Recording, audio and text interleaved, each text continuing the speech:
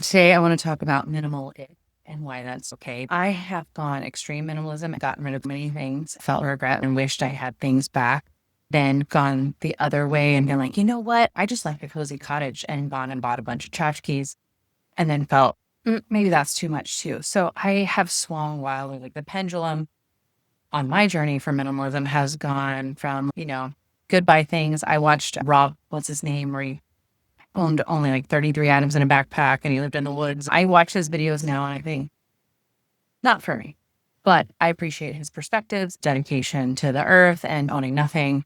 It's very entertaining to watch. I do appreciate him.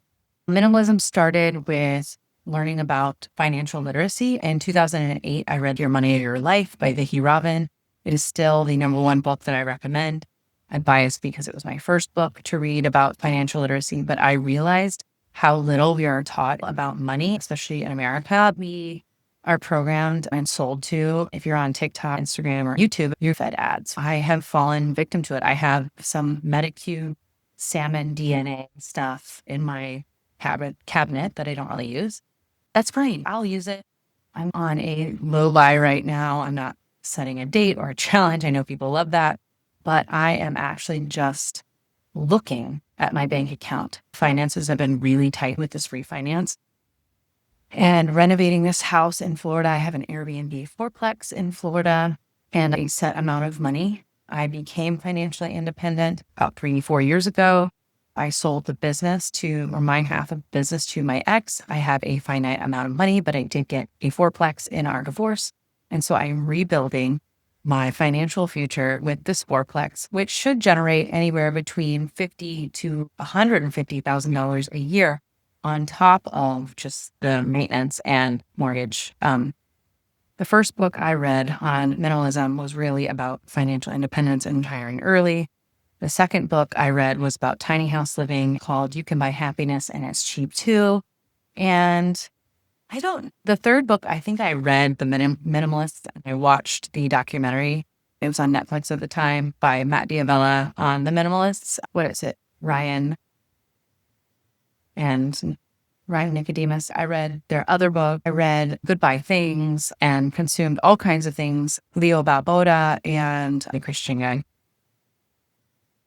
This is a side note about minimalism. A lot of minimalist channels and homemaking channels have a bit of a religious feel. Some people outright say it. There's plenty of Christian minimalists, and I get that. I grew up in church. No shade. I believe to each their own. It was not my path. I am not a Christian.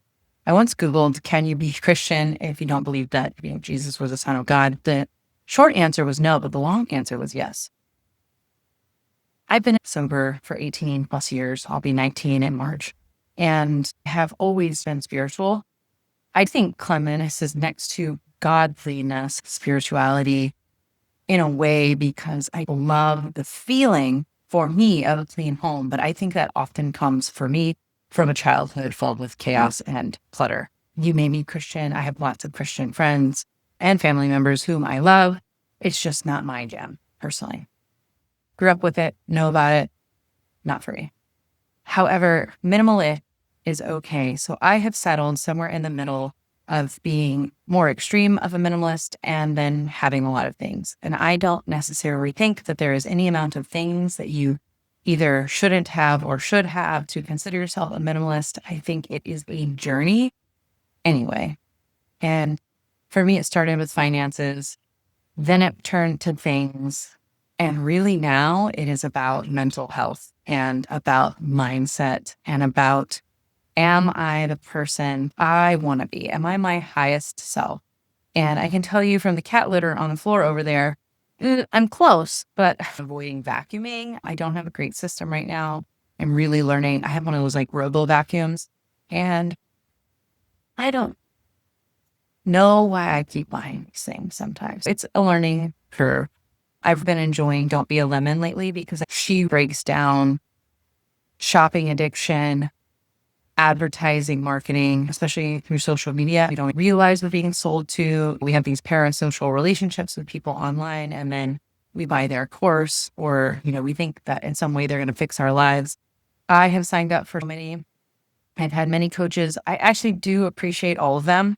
I think the people I had chosen have been very genuine, but some of it I could have done without.